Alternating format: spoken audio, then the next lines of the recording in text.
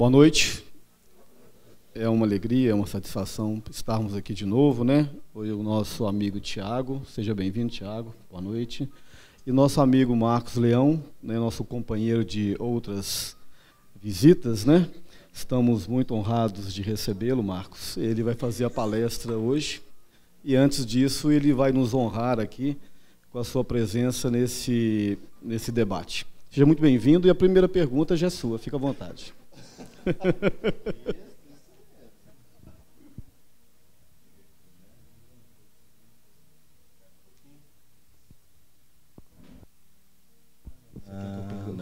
Saiu. Boa noite, gente. Tudo bem? Tá frio aí? Bom, é uma alegria de novo, né? Estar aqui com vocês, para a gente conversar, bater um papo entre meus amigos, companheiros. E aqui tem umas perguntas muito interessantes. Aí eu vou pegar uma aqui que eu acho incrível. Minha avó faleceu há pouco tempo. Gostaria de saber em que momento ela está.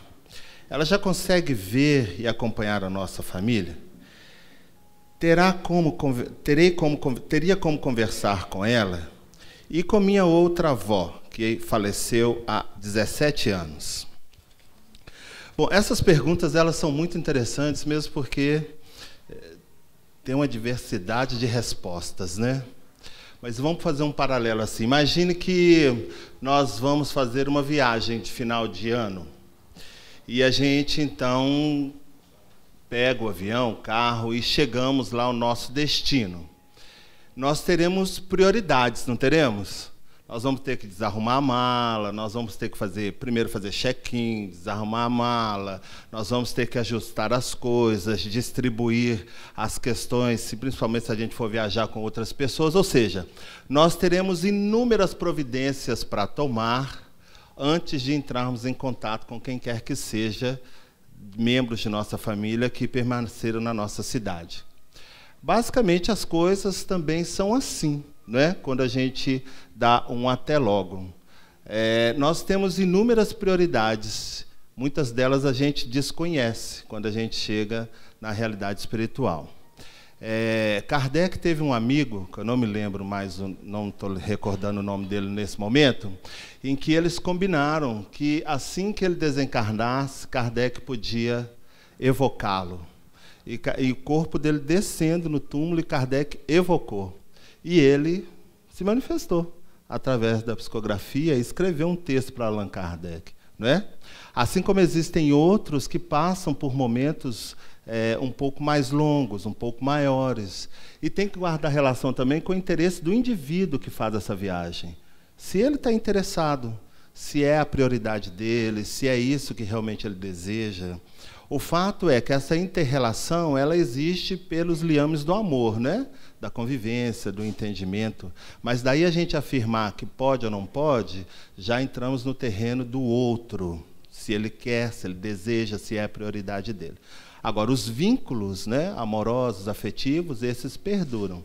E a mesma saudade que a gente sente onde estamos nesse momento, certamente os nossos entes queridos também sentirão. Mas daí responder que sim ou não, já entramos num terreno que nós não dominamos de maneira alguma, porque entramos no livre-arbítrio do outro, na necessidade do outro, na condição do outro, e outros recursos que a gente não pode redimensionar. Mas, certamente, todos os nossos entes queridos se relacionam conosco pela estrada do amor. E quando tem essas condições, sim, se apresenta através do sono, do sonho, das intervenções intuitivas, de uma carta psicografada, ou coisas desse tipo. Certo? Falei direitinho? Com certeza. Com certeza. Muito obrigado pela resposta. Boa noite. Um médium de Candomblé me falou um dia que seria a última vez que viria à Terra. Isso pode ser verdade? Assim, porque eu tenho lembrança do passado, às vezes até acredito. Esta é a última vez na encarnação que ele falou. Será verdade? Olha, primeiro que não existe médium de Candomblé. Existe médium. O médium pode estar dentro do Candomblé, dentro do Espiritismo, na Igreja Católica, na Igreja Evangélica ou até ateu. Lembrando que médium é um instrumento de comunicação que faz aí o intermédium entre o plano físico e o plano espiritual. Então não existe médium de candomblé, existe médium. Agora ele sugeriu que talvez fosse a sua última encarnação. Bom, sem querer subestimá-lo ou subestimá-la, eu não sei quem fez a pergunta, mas eu duvido, porque nós estamos muito distantes das nossas últimas reencarnações na Terra. Nós estamos ainda num processo intermediário de evolução. E tem uma outra coisa que a gente deve considerar, como disse João, não acreditais em todos os espíritos, que nem todos os espíritos são de Deus. É lógico que todos os espíritos são de Deus. O que ele quis dizer é que nem todos os espíritos devemos levar a sério. Podem ser espíritos embusteiros, brincalhões, zombeteiros, qualquer tipo de espírito. Então tenhamos que ter muito cuidado com essas informações que vêm do mundo espiritual.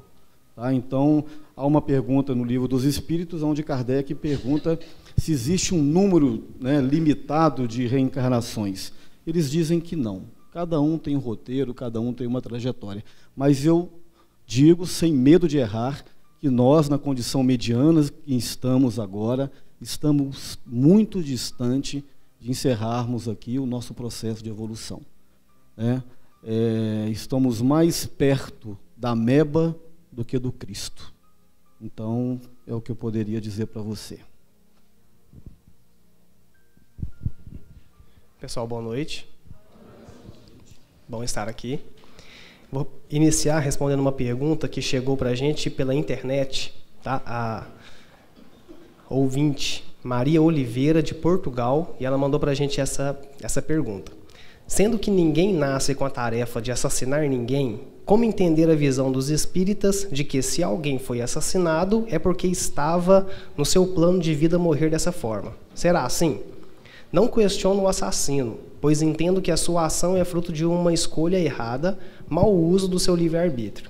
A dúvida tem a ver com a ideia de que foi assassinado porque assim tinha de ser. Como, se para isso é necessário o assassino? Será que podem falar um pouco sobre isso no vosso estudo?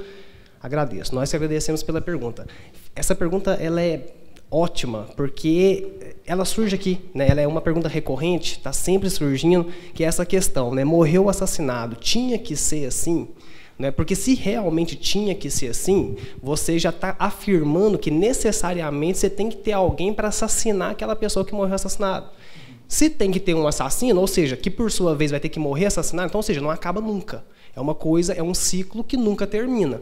Então é óbvio que a visão espírita, ela não é dessa forma. Nós entendemos, quando a gente lê e procura saber sobre lei de ação e reação, muitas vezes a gente interpreta dessa forma. Mas não é bem assim que acontece. O espiritismo, ele vem reformular essa lei de Talião.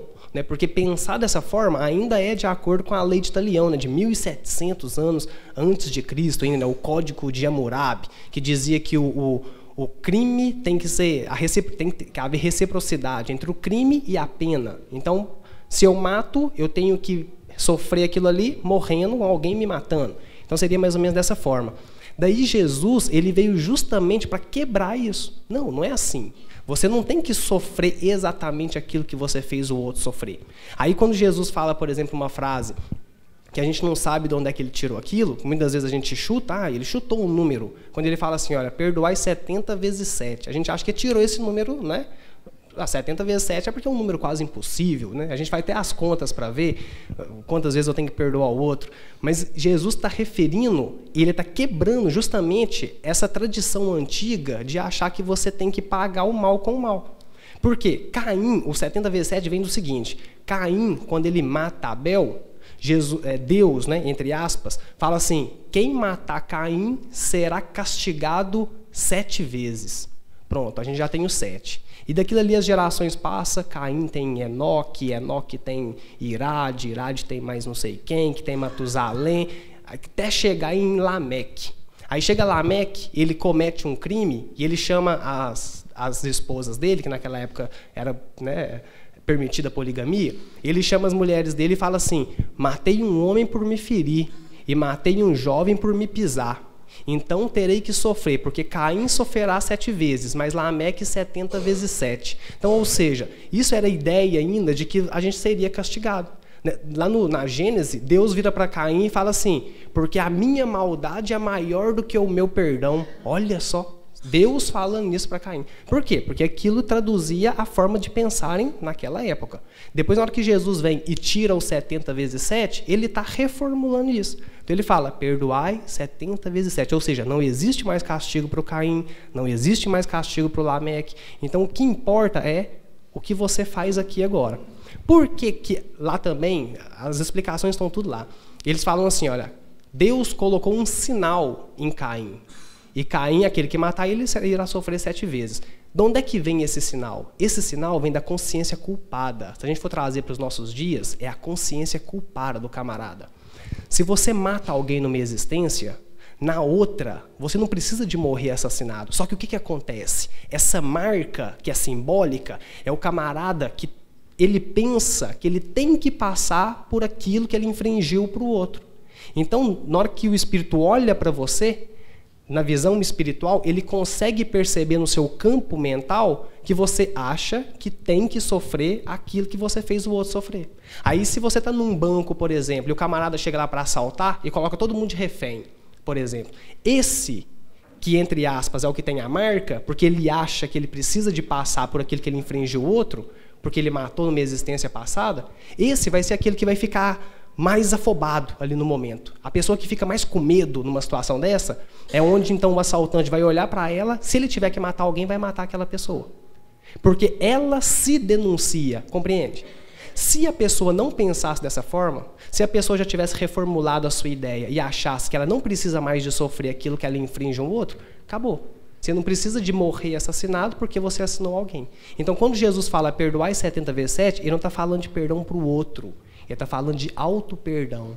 Quando você se auto-perdoa 70 vezes 7, você já acha que não tem mais que sofrer a punição daquilo que você fez para o outro. Pronto, e a gente mata a questão.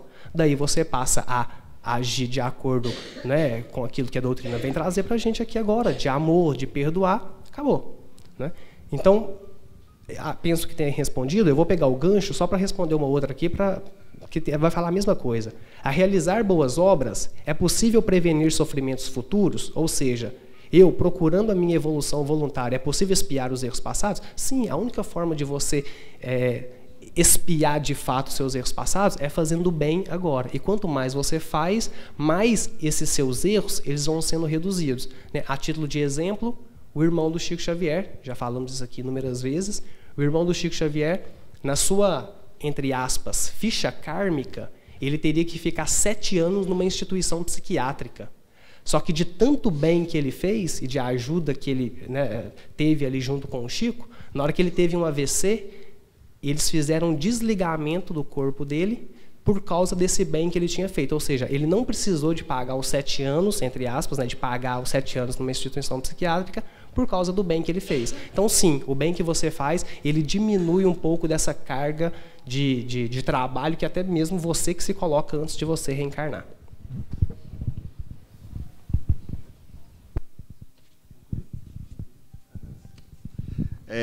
São duas e eu vou fazer um combo aqui, porque elas tratam de questão de reencarnação e perispírito.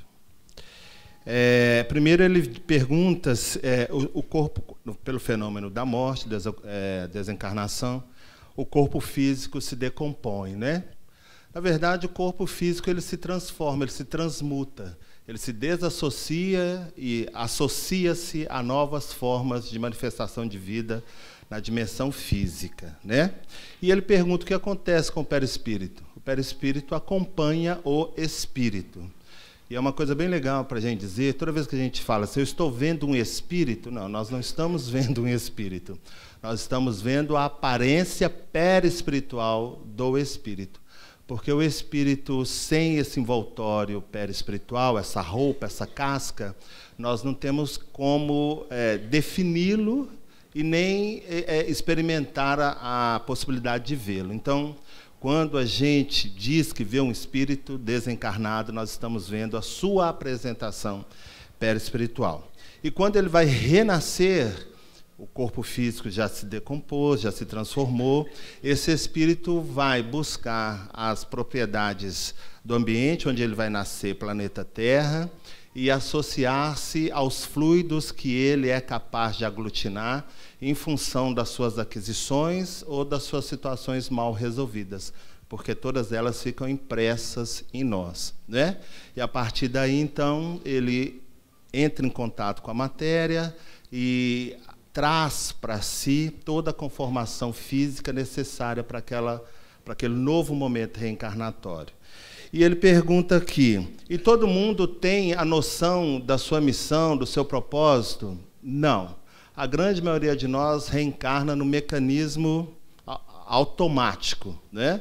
Alguns têm, sim, no instante em que estão diante da sua própria consciência e reelaboram seu projeto de vida, podem, inclusive, definir os caminhos nos quais ele vai se movimentar na dimensão física. Mas a grande maioria de nós é no automatismo mesmo.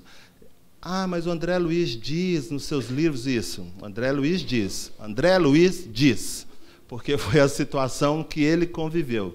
Não quer dizer que todas as reencarnações se processam daquele jeito, como se processou a possível, né, do Segismundo, ou aquelas outras que são narradas em demais livros. É uma circunstância, é uma situação. Mas nem todos nós passamos por aquele processo, não. Tem uns que nem sabem que desencarnaram, tão automático que as coisas são. Mas, à medida que a gente vai tomando essa ciência, né, de nós mesmos e nesse nosso processo de transmutação física e espiritual, essas questões, então, vão sendo mais bem elaboradas. E o que fazer vem intuitivamente, né, a partir do patrimônio que a gente adquire através das experiências que a gente vive. E, respeitando esse processo intuitivo, a gente vai tendo a possibilidade de errar menos, porque acertar de uma maneira total, desafio qualquer um aqui de vocês dizer que tem essa condição.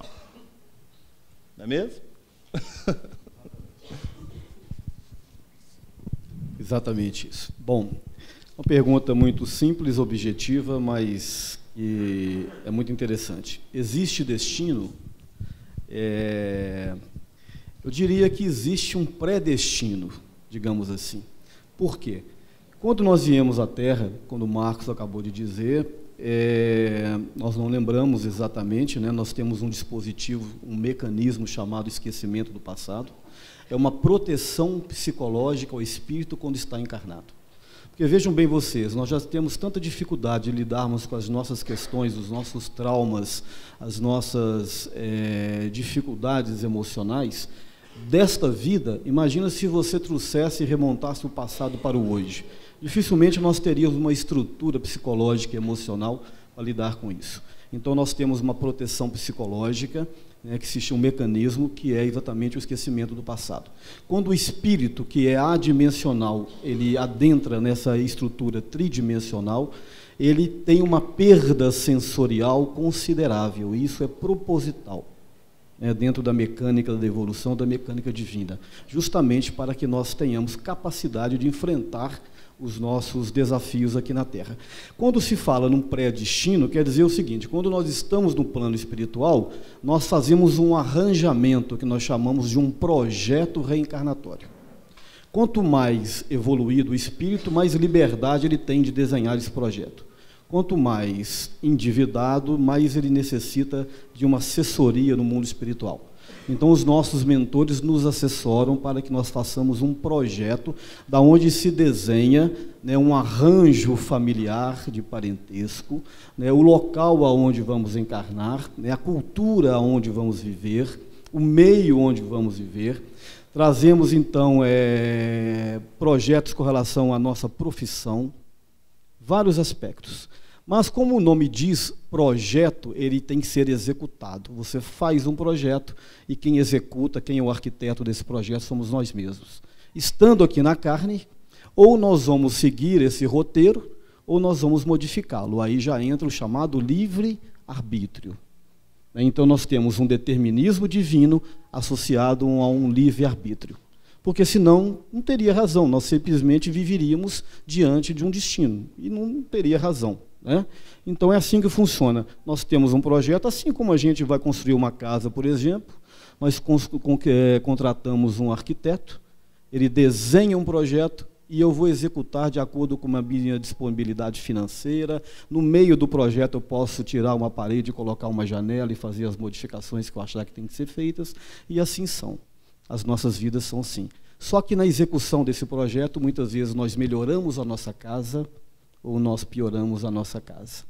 E trazemos as chamadas ideias inatas, que estão lá no nosso inconsciente. Todas as nossas conquistas do passado estão depositadas no nosso inconsciente, e trazemos também as chamadas predisposições mórbidas, ou seja, as virtudes e as más tendências para serem corrigidas. Então eu diria que existe um pré-destino, não um destino definitivo, porque quem faz o nosso roteiro somos nós mesmos, né?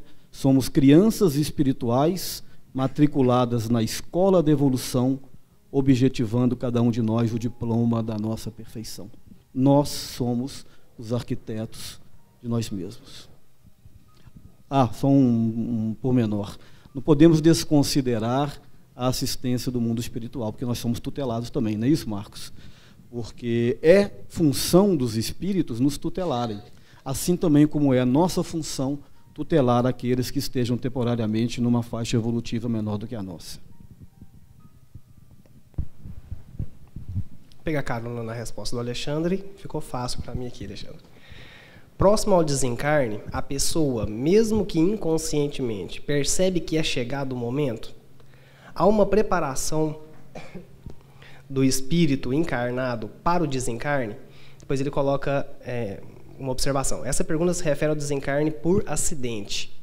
Né? Então, por que eu vou pegar carona na explicação do Alexandre? Porque ele já falou da questão do destino. Né? E mais uma vez, é uma pergunta recorrente, das pessoas pensarem assim: aconteceu um acidente de carro, estava marcado para acontecer, fulano morreu por acidente. E aí, como é que isso fica na história, né, desse espírito? Pode ser, alguns acidentes, realmente, o espírito, ele pode já não é que ele tenha pedido para sofrer aquele tipo de acidente, mas ele já vem predisposto a passar por certos tipos de situações que o favorecem, entre aspas, né, a ter um acidente, ou seja, que é para ver se ele consegue ter um estímulo a mais de uma certa parte desse espírito, né, de uma parte desse espírito, para ter uma atenção redobrada naquele quesito. Né? Vamos tentar explicar melhor. O sujeito não quer dizer... Por quê? O que acontece? É muito de você ter o espírito ele tem que se atentar por questões aqui agora, de decisões que você faz aqui agora, de escolhas que você toma agora. Então, por exemplo, você anda de carro. São tem vários fatores que influenciam. Imprudência, imperícia, negligência. Então, às vezes, a sua forma de você desencarnar, que você tenha colocado lá na sua pauta reencarnatória, seria morrer de uma doença na velhice, com 90 anos de idade, mas você chega aqui com 40 anos de idade, você é um camarada, né, desatencioso, você é uma pessoa, né, aventureira, e você gosta de pegar a estrada e de andar mesmo, e não vai perceber muito as leis de trânsito, ou seja, a probabilidade de você ter um acidente por causa de imperícia e de imprudência é grande. É grande. Nesse caso, é óbvio que não pode haver um preparo. Não vai ter tempo da espiritualidade preparar o espírito e avisar ele que ele vai desencarnar. Não tem jeito. Então, se o acidente acontece por causa de imperícia, imprudência e negligência de alguém, a espiritualidade é como se ela fosse pega desavisada também. Tem alguns casos, como eu disse, desses espíritos que já escolhem passar por certas situações para serem provados naquela situação, aí sim a espiritualidade já pode manter ele um pouco de sobreaviso. Agora, se é um acidente determinado por esses condicionantes, não tem como ter aviso. Então não tem como ele ser preparado antes que ele teria o acidente. E é óbvio, gente, que tem espíritos que ele não tolera também saber. Imagina você receber um preparo anterior de que você estaria prestes a desencarnar. Um espírito que iria receber um preparo que ele iria desencarnar de acidente de carro. Então, na noite anterior, você sonha que você iria desencarnar de acidente. Você ia pegar o carro? Óbvio que não. Então, tem questões que não condiz. Então, não tem como a espiritualidade, às vezes, até avisar um sujeito que ele vai desencarnar, porque, imagina, você entra em desespero. Imagina se você soubesse, se todo espírito soubesse quando ele iria desencarnar. Nós aqui não estamos preparados para isso ainda. Há alguns espíritos já amadurecidos, que essa ideia já é mais tranquila dentro deles, que sim, eles já recebem sim esse preparo, mas porque a espiritualidade sabe que eles vão dar conta de digerir essa informação. Para eles é tranquilo, então sim, eles recebem um preparo. Agora, a maior parte de nós não recebe esse preparo porque nós não teríamos cabedal para tolerar um tipo de conhecimento desse tipo. Bom, tá que chega a pergunta. Então, para você. A situação econômica e política do nosso país está sob a influência dos magos negros? Primeiro, nós espíritas temos uma dificuldade muito grande quando a grande maioria, quando a gente cita a questão de magia, de feitiçaria, de magos, porque a gente desconsidera essa realidade, né? Hermínio Miranda, no livro Diálogo com as Sombras, que é um livro que a maioria de vocês deve conhecer, ele tem um capítulo inteiro sobre feitiçaria e magos negros. E ele ressalta o quanto que nós, nas nossas casas espíritas, estamos despreparados para lidar com esse tipo de situação, justamente porque a gente desconsidera essa realidade. Na Gênese, Kardec fala que nós estamos mergulhados no mar de fluidos, que esses fluidos obedecem à nossa vontade, eles tomam aromas, eles se tornam irritantes, eles se tornam calmantes, eles se tornam prazerosos, eles se tornam extremamente inquietantes.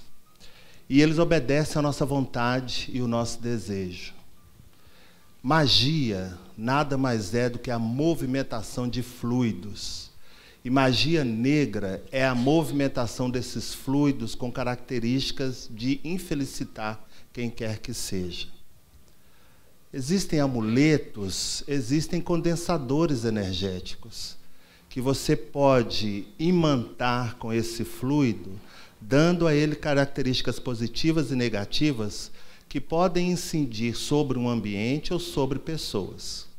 Isso não é misticismo, isso é ciência e a utilização do nosso poder da mente e da vontade. Na atualidade, nós estamos vivendo momentos dificílimos nesse processo de transição planetária. Nós temos aqui espíritos vivendo na dimensão extrafísica milenares, que estavam aqui muito antes da gente pisar aqui no planeta Terra.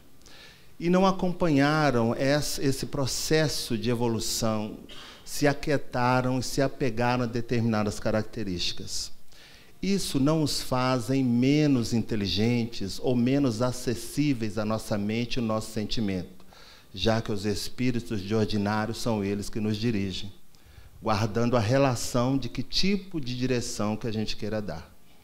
Então, existe sim uma coletividade de espíritos que não tem nenhum interesse em mim, em você ou quem quer que seja, mas tem interesse em nossas instituições. E não é no nosso centro espírita, não, que isso para ele também não vale de nada. Mas são as nossas instituições políticas, religiosas, financeiras, que sustentam o pilar da nossa sociedade como um todo. E entendendo que o processo de transição está acelerando e que eles não têm poder para deter esse mecanismo, e na iminência de serem convidados a habitar um outro orbe com muito mais dificuldade do que eles vivenciam aqui agora, todas as possibilidades de ação e intervenção desastrosa estão sendo utilizadas. Vide cristãos sendo perseguidos por extremistas, vide homem-bomba, essas questões todas que estão no mundo físico, mas que certamente obedecem a uma direção espiritual. Então, nós estamos, sim, sobre a égide de um momento delicado. Porém, nós não podemos esquecer que quem está no leme desse barco planetário se chama Jesus Cristo.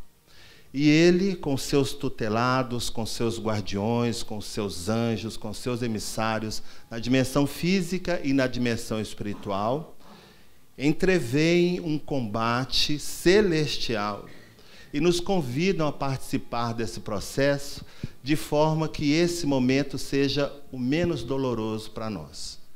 Então, se estamos sob a coordenação da força maior, dos criadores, dos que geram amor, vocês podem ter certeza que também estamos sob a ação de mentes que objetivam o desequilíbrio, o desconforto, o descontrole, para que a gente perca as nossas orientações como um todo, e o que poderia ser um processo natural de transmutação, de mudança, de transformação espiritual e social, se transforme num conflito que nos machuque de maneira desnecessária.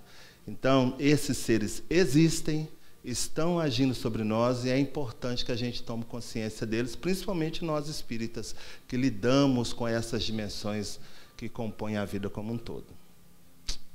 Basicamente é isso. Muito bem, muito obrigado, Marcos.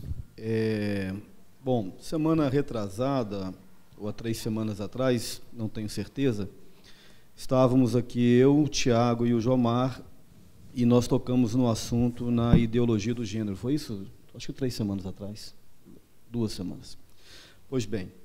E quem quiser acessar o site do Jesus de Nazaré, eu acho que pode colher uma informação mais precisa. Mas aqui nós temos 2 perguntas, e elas têm se tornado recorrentes, né?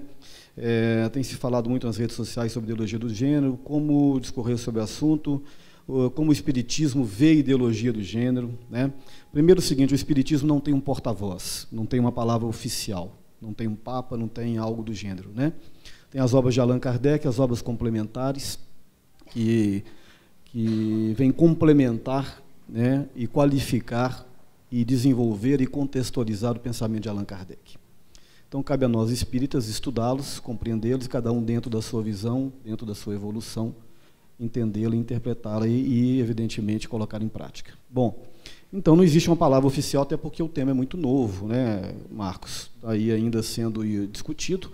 Ideologia é uma ideia que tenta se fundamentar-se em cima de uma lógica.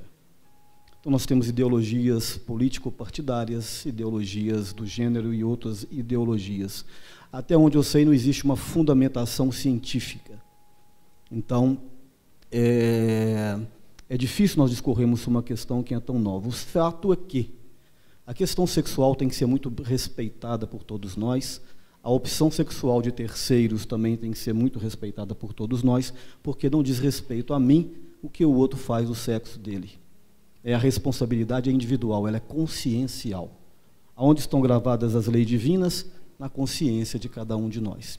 Pois bem, mas se nós recorremos às obras básicas, nós vamos ver na questão 200 o Kardec dizer, né, quando ele perguntava se tem sexo dos espíritos, eles dizem que para eles existe amor e simpatia. O sexo é uma disposição puramente física e biológica. Então, enquanto nós estamos encarnados, nós viemos com a nossa morfologia, ou masculina ou feminina, a potência masculina ou feminina, e cada um, né, elabora dentro dela, buscando um processo evolutivo. Na 201, ele pergunta se o espírito ele alterna as suas encarnações, ou ele vai só numa linha masculina e feminina, e eles dizem que sim.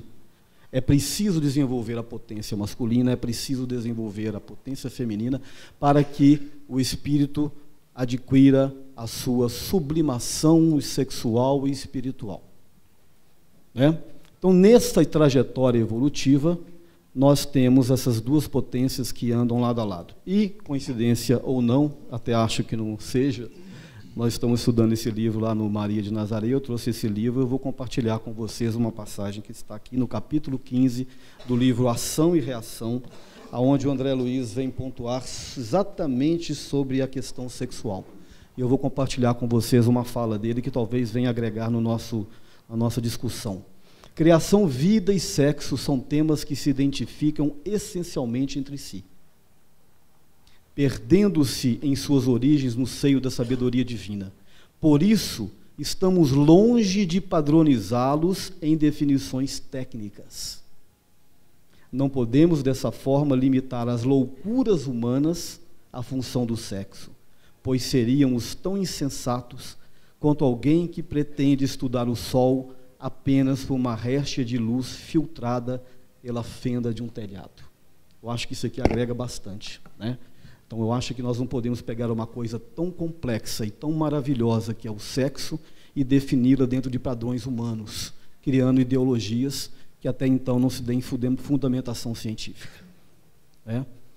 Mas a discussão é muito ampla, como eu já disse, mas cai exatamente naquilo que nós já dissemos, uma questão de responsabilidades individuais. Cada um tem a convicção do que ele deve ou não deve fazer dentro da questão sexual, né? E sempre respeitando a opção do outro. Porque cada um está no momento, cada um está num estágio evolutivo que deva ser respeitado. E nós devemos respeitar o sexo, porque o sexo ele é um mecanismo de evolução do espírito. É através do sexo que nós vamos evoluir, por incrível que pareça. Emmanuel tem uma frase muito significativa nesse tema, que ele diz assim: no começo era a lei da atração. A atração se desenvolveu e tornou-se sensação nos vegetais. A sensação se desenvolveu e transformou-se em instinto nos animais. Os instintos se depuraram e tornaram-se sentimentos nos homens. Os sentimentos se depuram e transformam-se em amor. O amor é o sentimento por excelência.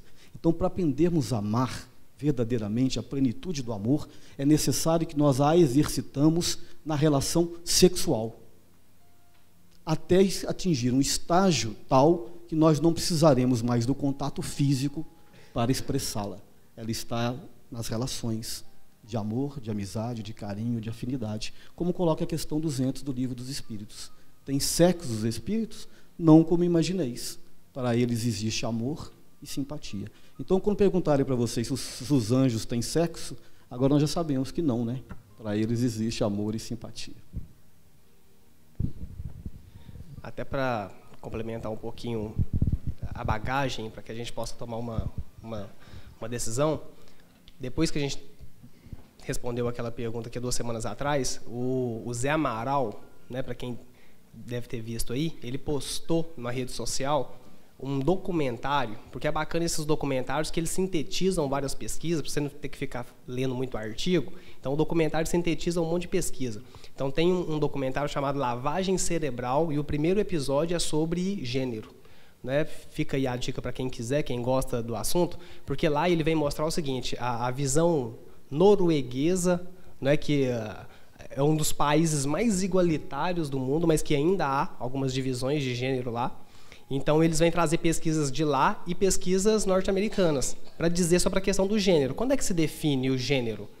Daí, as pesquisas norte-americanas dão uma lavada, né, nas pesquisas norueguesas, porque lá eles ainda estão pesquisando e dizendo que é totalmente 100% comportamental, né, através da educação. Então, aí você educa o masculino para ser menininho e a menina para ser mulher. Então, pronto, é dali que vai se formar o gênero daquela pessoa. Só que aí vem as pesquisas norte-americanas e com evidências, né, mais contundentes, dizendo que não é bem assim, que a questão já está mais na genética. Que às vezes uma criança, 1 ano de vida, nasceu. Às vezes a visão dela ainda está totalmente turva, né? Ela só vai desenvolver essa visão um pouco mais posteriormente, mas eles mostram fotos, às vezes para uma menina, para uma mulherzinha, nasceu, RN, né, recém-nascida. Mostra uma foto para ela de uma mulher, por exemplo, de um ser humano, e mostra uma foto de um robô, por exemplo. A menina, ela fica olhando mais para a foto onde tem um ser humano. Já o menino, ele fica olhando mais para a foto de onde tem um robô ou um instrumento, né, algo que é mecânico, porque os homens têm mais essa tendência. 1 ano de vida. Então, ou seja, está querendo demonstrar que não é a educação que ela recebeu na infância que vai formar o gênero dela. Só que aí a gente sabe, por exemplo, que tem homens que já nascem com essa característica um pouco mais afeminada e que vão olhar mais para a mulher, são mais vai mais para as áreas das humanas, né? Provavelmente esse vai depois ter a preferência sexual, a opção sexual, né? O nome você pode dar, isso tem vários nomes, opção sexual, mas o que eles usam mais agora é preferência sexual, homossexual, né? Nesse caso. Então eles estão querendo dizer que não é tanto o fator educacional. Então essa questão de ideologia do gênero vem dizer justamente isso. E aí, a gente vai colocar na escola, então, vai ensinar certos tipos de coisa, a gente vai desvirtuar a sociedade, mas eles estão dizendo que não, isso já é uma composição orgânica. Nós espíritas, a gente nada de braçada nessas duas pesquisas. Por quê? Porque a gente sabe que é o espírito que imprime no corpo a constituição genética que ele vai ter. Tem um fator hereditário, mas também tem um fator que o espírito é que ele constitui a parte genética dele. Então, né, ele constitui a parte genética, ele vai desenvolver aquilo que a genética possibilita ele desenvolver. Beleza? Estou complementando, Tiago, você me autoriza, né? E ainda também nesse capítulo, que trata exatamente, o livro chama-se Ação e Reação, do André Luiz, esse capítulo trata das questões sexuais. Basicamente das questões sexuais, da responsabilidade sexual. O que nós fazemos com o nosso sexo e como nós o praticamos. E que muitas das vezes tudo tem uma ação e uma reação, evidentemente. Né? E comportamentos que são desalinhados com a proposta natural, muitas vezes causam reações e desajustes. André Luiz aborda aqui pessoas que caminham para o campo da promiscuidade sexual, e essa promiscuidade sexual, ela naturalmente traz uma reação correspondente. Ele trata das questões, por exemplo, do hermafroditismo, ele trata, por exemplo, da impotência sexual, da frigidez feminina, de uma série de coisas que são consequências do mau uso do sexo em determinado momento de nossas existências. Né? E que o Tiago fala também, complementando, que muitas vezes o espírito ele faz uma inversão, que nós chamaríamos de inversão de potência ou de polaridade. Ele vem numa sequência masculina com o seu psiquismo masculino, inclusive esse capítulo trata disso também, muito evidenciado, muito forte. E por uma necessidade ou expiatória ou evolutiva, ele precisa reencarnar num corpo feminino. Aí ele traz um psiquismo masculino numa estrutura somática feminina. Ou vice-versa. Um psiquismo feminino numa estrutura somática masculina. E ele se sente meio como um peixe fora d'água. Totalmente fora d'água. Imagine uma mulher encarnada num corpo de homem. Então, muitas vezes, quando uma mulher encarnada num corpo de homem procura um outro homem, aquilo que nós achamos que é homossexualismo, na verdade, é uma busca do diferente, do outro lado. Então, por isso nós temos que ter essa visão muito humana, muito respeitosa com relação à questão da homossexualidade. São momentos, são processos evolutivos. E que muitas vezes ou nós já passamos ou iremos passar.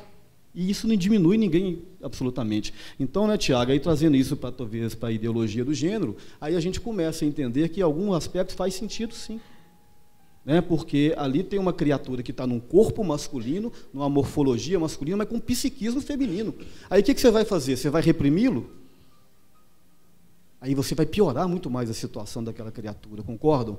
Imagina o sofrimento de uma criatura nesse sentido, além de lidar com a questão pessoal, consciencial, ainda tem a questão social envolvida. É difícil. Por isso que nós temos que ter um olhar crítico, respeitoso e humano para essas questões sexuais. E como o Tiago muito bem colocou, o Espiritismo nos dá subsídio suficiente para olhar para essa questão de uma forma muito responsável. Marcos, eu gostaria da sua opinião, nós temos mais 5 minutos, eu acho que é muito importante você complementar a sua opinião. Mesmo que você discorde, obviamente. Eu acho natural. Eu sou homossexual e não me acho de maneira alguma desajustado nas concepções que eu vivo. Pelo contrário, eu acredito na reencarnação e vou querer nascer homossexual de novo. Acredito que essa questão é muito mais natural do que a gente possa levantar. O Livro dos Espíritos tem uma coisa muito interessante, está discutindo essa união de questão de pessoas do mesmo sexo. Kardec fala que casamento é a união entre dois seres. Ele não define. Entre dois seres. 2 homens, 2 mulheres, um homem e uma mulher, pouco importa. Eu acredito que a gente tem que olhar essas questões todas, não é só questão sexual, não, todas, com naturalidade. Entender que nós somos seres mutantes E nós estamos, nós não somos. Eu não sou homossexual, eu estou homossexual. Você não é heterossexual, você está heterossexual. E essas questões são experiências para a gente agregar valores. Porque o fato de você gostar de uma pessoa do mesmo sexo não te faz melhor nem pior. É o que você faz com essa pessoa e consigo mesmo na sua relação de cotidiano.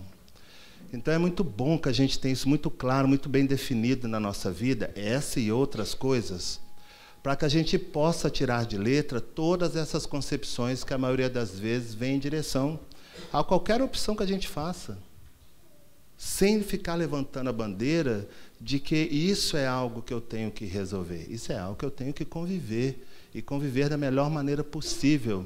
E dizer para as pessoas que essa A ou B ou C não me faz pior nem melhor. Só me faz ser humano, num processo de mudança e transição. Então, do mesmo jeito que eu procuro experienciar essas coisas e verificar isso como um olhar de mudança e transformação, todas as outras questões que dizem respeito à nossa vida como seres espirituais que somos, tem que ser visto dessa forma. Eu acho que assim a gente vai diminuir muito essa propaganda glamourosa que se faz em torno dessas questões e muitas outras, né? Diminuir a questão da idade penal é outra coisa que está se discutindo, né? O nível de negros na faculdade é outra coisa que estão glamorizando. Tudo muito glamorizado, fica difícil. Então, enxergar com naturalidade. E outra, gente, não tenham vergonha de dizer o que vocês são, não. Ou como vocês estão. Porque todos nós temos coisas para resolver. E dentro do meu gênero sexual, eu tenho coisas para resolver. Do ponto de vista profissional, do ponto de vista da minha relação íntima, relação dos meus amigos, minha relação com os espíritos, minha relação com a doutrina espírita. Com naturalidade, sem nenhum problema.